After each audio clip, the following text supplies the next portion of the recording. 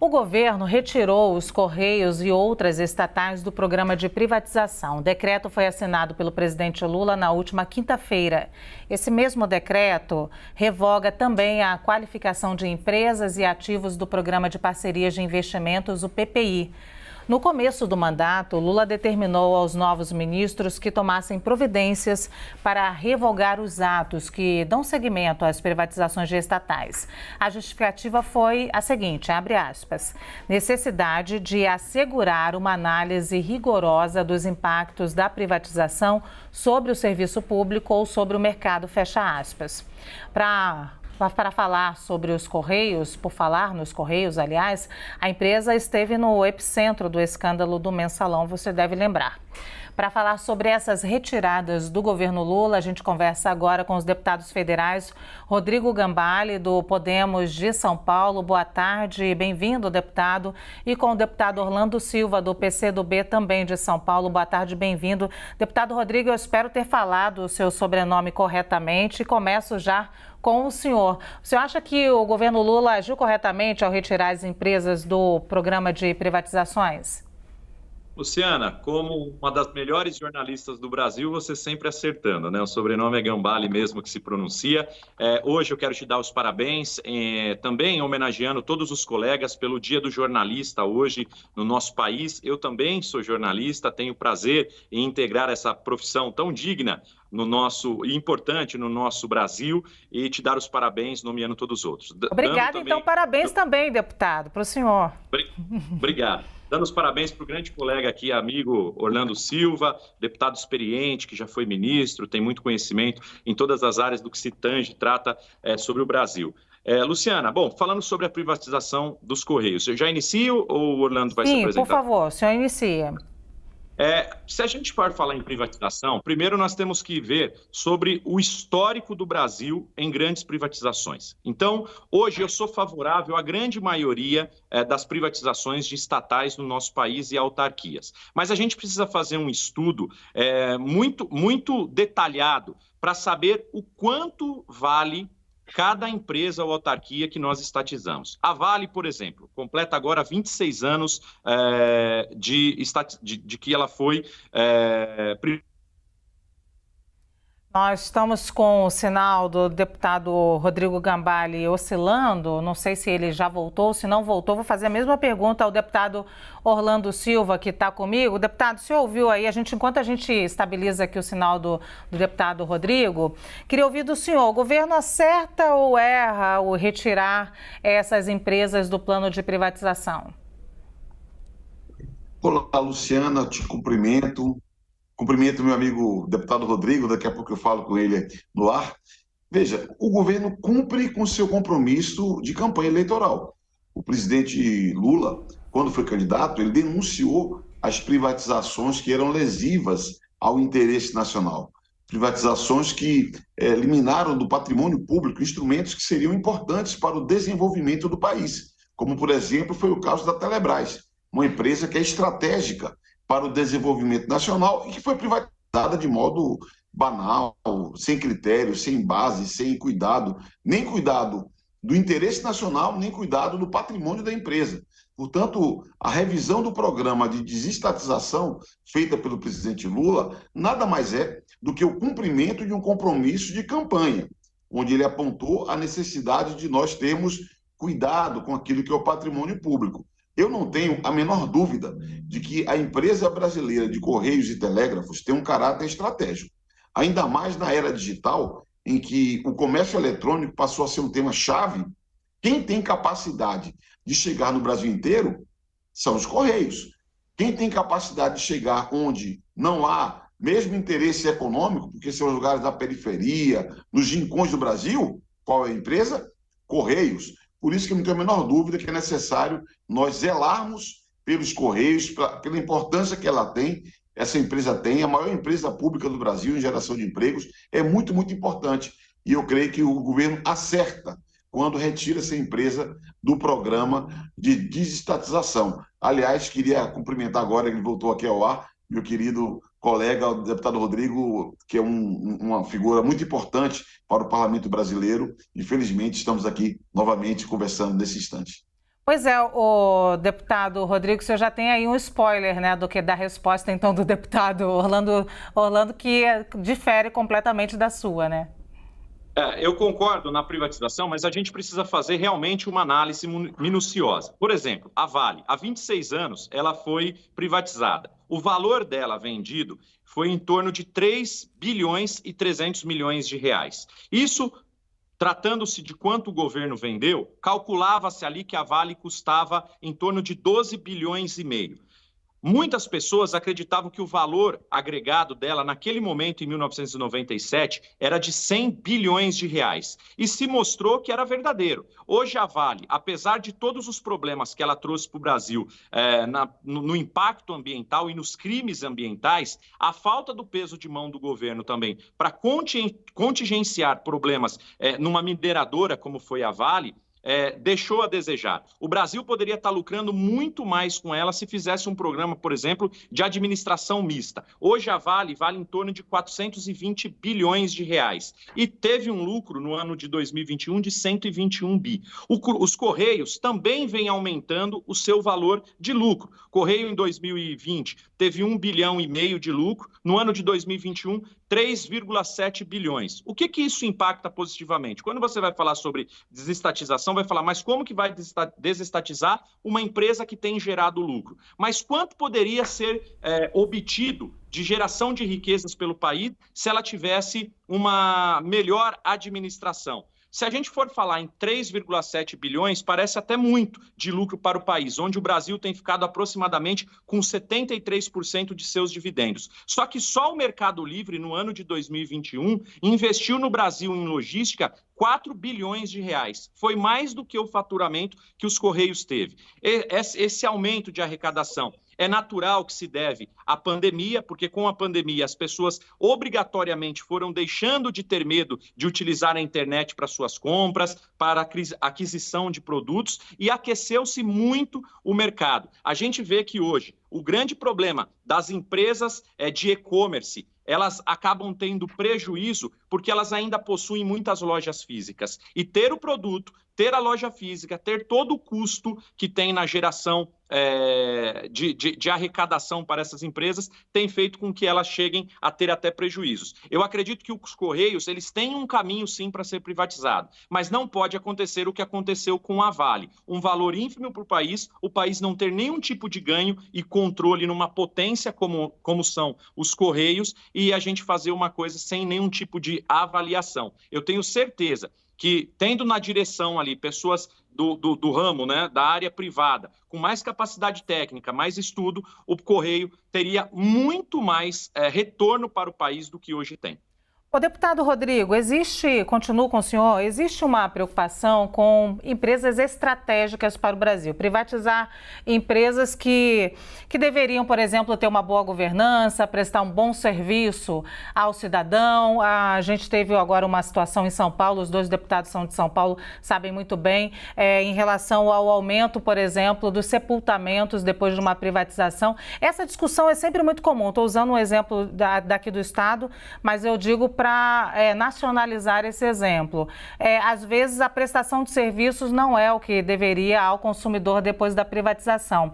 O senhor acha que deveria ser analisado caso a caso? Tem estratégias, tem empresas que são estratégicas e precisam estar no radar do governo na hora de prestar o serviço? Inclusive, até sugiro, Luciana, um tipo de administração mista, porque enquanto o governo ele tem interesse, enquanto ele é o maior acionista ou perto de ser o maior acionista, ele tem um envolvimento muito próximo. Claro que tem empresas estratégicas que elas precisam continuar tendo o controle do nosso Brasil, como, por exemplo, na produção de energia, na exploração de muitas riquezas do nosso país. Mas a logística, apesar dela ser algo fundamental, ela pode ter um tipo de administração mista, porque venhamos e convenhamos. O Correio também, apesar de ser uma grande empresa no país, não presta um serviço tão bom como poderia ser, baseado ao tamanho de estrutura que hoje ele detém dos seus investimentos aqui no nosso Brasil. Deputado Orlando Silva, a mesma pergunta. Algumas empresas são estratégicas, deveriam estar no radar do governo e nesse sentido, eu falo de governança, inclusive no que ela traz para o cidadão brasileiro, que é, claro, o que a gente quer, o bom serviço para o cidadão brasileiro. Mas usei esse exemplo de São Paulo porque vimos recentemente sepultamentos caríssimos, parte da população denunciando que não conseguia pagar os sepultamentos. Então, assim, só um exemplo singelo, claro, muito triste, mas singelo para mostrar do que essa discussão é um pouco ou um tanto mais complexa, eu diria. Singelo não, o seu exemplo, Luciana, é muito preciso. Eu caminho muito na periferia de São Paulo. Quando você vai a São Miguel Paulista, no Grajaú, no Campo Limpo, quando você caminha nas periferias e você vê a dor que é para uma família sepultar um ente querido, é cruel. Porque a privatização do serviço funerário impacta na dignidade que você quer oferecer para aquele ente querido que partiu. Então, não é singelo o seu exemplo. É a demonstração prática de que é necessário que o Estado ele seja funcional, ele atenda ao interesse público. Eu estou fora desse papo de que tudo que é privado é bom e tudo que é público é ruim. Muito antes, pelo contrário. Nós temos, em vários setores, uma excelência do serviço público. Eu poderia numerar, mas são inúmeras as entidades, instituições. Eu poderia falar da Petrobras, por exemplo, que tem pesquisa e desenvolvimento, que chegou no pré-sal, que produz muito energia no Brasil. Eu poderia falar, infelizmente, da Eletrobras que nós perdemos, e mesmo os Correios. Todo o argumento que o meu colega Rodrigo apresentou com relação à logística, à potencialidade e ao investimento, fala em favor dos Correios. Porque, veja, nós temos uma empresa nacional que tem quadros excelentes, capacidade operacional extraordinária, agora vive 6 anos de sucateamento. Nos Correios, o que está acontecendo? Está se fechando uma série de franquias, uma série de instalações da empresa, que é parte do processo para tentar desacreditá-la para privatizá-la. O que está em curso é o sucateamento dos Correios, mas ainda assim é uma empresa que tem muita respeitabilidade. Qualquer pesquisa feita sobre imagem de empresas e instituições públicas, os Correios têm um grande destaque. Então eu creio que é necessário nós pararmos, rompermos esse preconceito contra o que é público, contra o serviço público, contra a atividade do setor público. E nós temos que ter regulação, temos que ter cuidado, temos que ter transparência. E atenção, Luciana, isso aqui não significa, defender Correios não significa compromisso com o erro. Quando se fala de 10, 20 anos atrás, em que houve problemas nos Correios, não acredite esses problemas aos servidores, sim, aos trabalhadores dos Correios.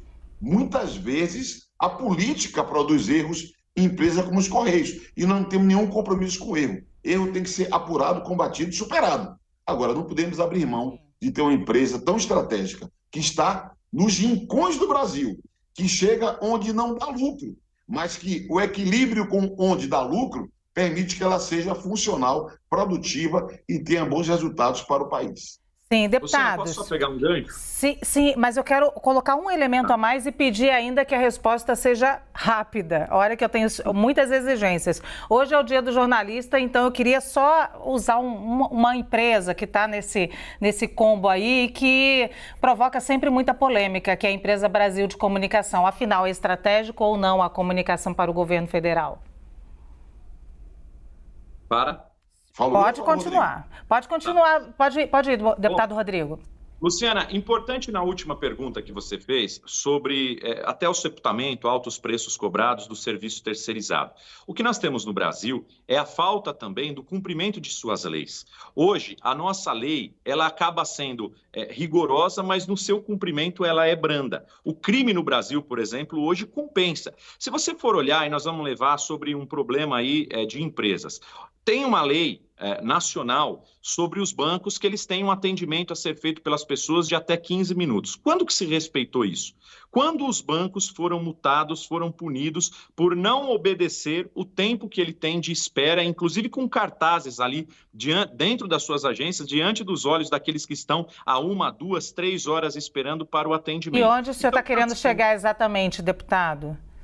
Que o que nós estamos precisando fazer é que o governo, principalmente, façam com que as leis sejam cumpridas. Se a gente conseguir fazer a estatização, né, a desestatização de empresas para pensar no maior lucro e potencial revertimento econômico para o país, o que nós não podemos deixar é como aconteceu com a Vale que eu citei no início, deixar com que barragens que sabiam que seriam estouradas, que poderiam matar milhares de pessoas, centenas de pessoas, chegassem ao ponto que chegou. Então, o que o Brasil precisa fazer é ter um acompanhamento mais rigoroso sobre essas leis. A comunicação, entrando agora no questionamento, ela é de extrema importância para o Brasil. O que nós precisamos ver como que essa comunicação está sendo feita. A gente viu ultimamente que muito do que era público estava sendo utilizado para interesses e fins eleitorais. Nós precisamos começar a ter um entendimento da comunicação que serve para o entendimento da população daquilo que acontece no nosso país, nas nossas leis, no Congresso, no Senado,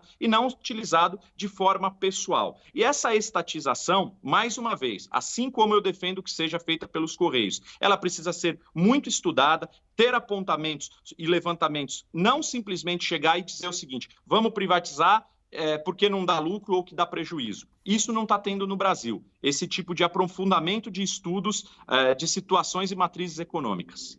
Muito bem, a última pergunta também para o deputado Orlando Silva. Deputado, afinal de contas, o que é estratégico para o governo, o que é estratégico para o Brasil? A comunicação, a empresa Brasil de Comunicação seria estratégica? Luciana, parabéns pelo seu dia, parabéns, Rodrigo, por ser jornalista. Obrigado. Pelo seu dia.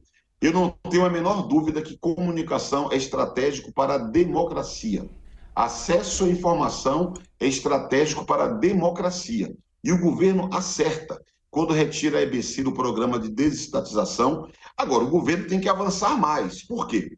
Uma coisa é comunicação estatal, outra coisa é comunicação pública.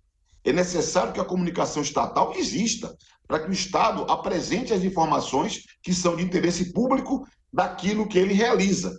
E é necessário que haja uma distinção do que é comunicação pública, para que nós possamos ter acesso à diversidade, inclusive ao contraditório daquilo que é expresso como posição oficial do Estado. Então, é muito importante termos a EBC pública e temos que, mais do que isso, separar o que é comunicação estatal de comunicação pública, inclusive nos meios digitais, porque isso é parte do pluralismo necessário para garantir o acesso à informação.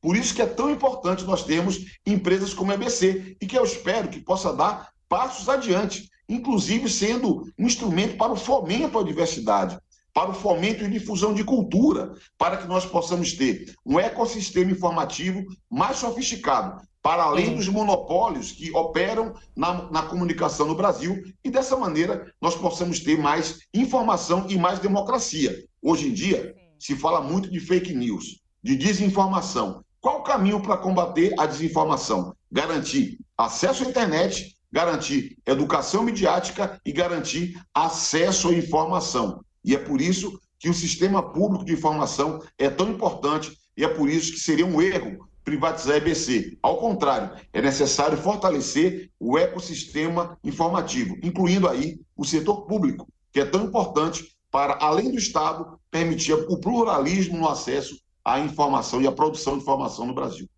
Perfeito, que dupla boa para debate, hein? Muito obrigada. Nós conversamos com os deputados federais Rodrigo Gambale, do Podemos de São Paulo, primeira vez aqui no Visão CNN, e o deputado Orlando Silva, do PCdoB, também de São Paulo, que já esteve aqui outras vezes. Muito obrigada aos dois por nos atenderem em um feriado.